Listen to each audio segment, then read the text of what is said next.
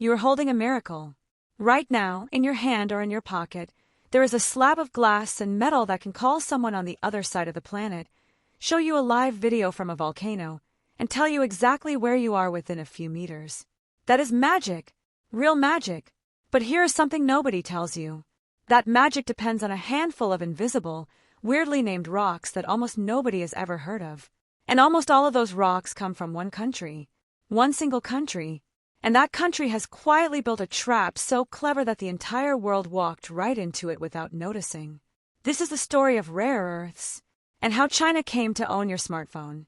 Let us start with your phone. Take it apart in your imagination. The screen, the battery, the little chips, the tiny vibrating motor that buzzes when you get a message. All of those pieces need very specific metals to work. But there is a special family of 17 metals that are the real heroes. They are called rare earth elements. Their names sound like they came from a fantasy novel. Neodymium, praseodymium, dysprosium, terbium. Try saying those 3 times fast. These metals do incredible things. Neodymium is the strongest magnetic metal on Earth. That tiny speaker in your phone, neodymium magnet. The vibration that makes your phone buzz, neodymium. The little motor that moves the camera lens so you can focus on your cat's face, neodymium. Without it, your phone would be a silent, blurry brick. Then there is europium. That one glows red when electricity hits it. Every time you see a bright red pixel on your screen, europium is working. Terbium makes green. Yttrium makes red in old TV screens and some LEDs. Your phone's colors, its brightness, its beautiful display, those rare earths are painting every single picture you see. Your phone also has tiny capacitors and chips that need lanthanum. The glass on your screen is polished with cerium oxide. The vibration motor spins because of samarium cobalt magnets. By the time you count all 17 rare earths, your phone probably uses at least a dozen of them. Not a lot, a few milligrams here, a few grams there. But without those tiny amounts, your smartphone becomes a paperweight. Now here is the trap. These metals are not actually that rare. They are scattered all over the world. Australia has them. The United States has them. Brazil, Russia, India, South Africa all have rare earths. So what is the problem? The problem is that digging them up is easy, but separating them from the surrounding rock? That is a nightmare. They are all mixed together like a bag of 17 different colored sands that look almost identical. You have to use toxic chemicals, hundreds of steps, and incredible skill to pull each one apart. For decades, the United States did most of that work. A place called Mountain Pass in California was the world's biggest rare earth mine. But then something changed. In the 1980s and 1990s, China looked at this industry and said, "We can do it cheaper. Much cheaper." They did not care about the environment at first. They let factories dump waste into rivers. They paid workers almost nothing. And they invited the whole world to buy from them. It was like a supermarket opening next door with the same product for half the price. American and European mines could not compete. One by one, they closed. Mountain Pass shut down in 2002. The last major American rare earth mine went silent. And the world said, "That's fine. We'll just buy from China." That was the trap snapping shut. By 2010, China was producing 95% of the world's rare earths. 95%. That is not a market share.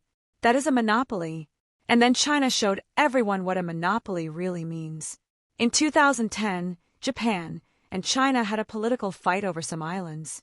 China got angry, so they stopped shipping rare earths to Japan. Overnight, Japanese factories making car motors, electronics, and military equipment panicked. Prices shot up 500%. Companies almost ran out of materials to build their products. After a few weeks, China turned the tap back on. But the message was clear. We own the magic rocks. Behave. That is the invisible monopoly on your smartphone. You never see it. You never think about it. You just buy your phone and assume it will always be there. But every single phone, every electric car, every wind turbine, every guided missile, every MRI machine in a hospital, they all need rare earths. And China controls the keys. But wait, you might say, if other countries have rare earths, why not just start mining again? That is a great question. And here is the second part of the trap. Even if you dig up rare earths tomorrow, you still need to process them. China did not just mine. They built the world's best, cheapest, fastest refining system. They have thousands of chemists and engineers who have been doing this for 30 years. Trying to catch up would take 10 years and billions of dollars. And while you are building your factory, China can lower prices just enough to make you lose money. They have done it before. They will do it again. There is a famous story from the 1980s. A rare earth company called Molecorp in California was struggling. China dropped its prices so low that Molecorp could not sell its products. They closed the mine. Then China raised prices again. That is not a free market. That is a chess game. And China has been playing it for decades. So where does that leave your smartphone? Right now, you are probably holding a device that traveled a very strange path. The rare earths inside it were dug out of the ground in China's Inner Mongolia or southern China. They were refined in a Chinese factory. Then they were sold to a Japanese or Korean company that turned them into magnets or polishing powders. Those parts were shipped to a factory in China or Vietnam where your phone was assembled. Then the whole phone was put on a ship and sent to a warehouse near you. And finally you bought it. Every step of that journey depends on one country at the very beginning. Without China's rare earths, that assembly line stops. No iPhone, no Samsung, no Pixel, no nothing. Now, here is the part that might surprise you. China knows this, and they are not hiding it. Their government has said clearly, rare earths are a strategic resource. They have even talked about using them as a weapon in a future trade war. Imagine one day your phone company says, "Sorry, we cannot make new phones for 6 months because China stopped shipping rare earths." Or electric car prices double overnight. Or the newest video game console is delayed for a year. That is not science fiction. That almost happened in 2010. But there is hope.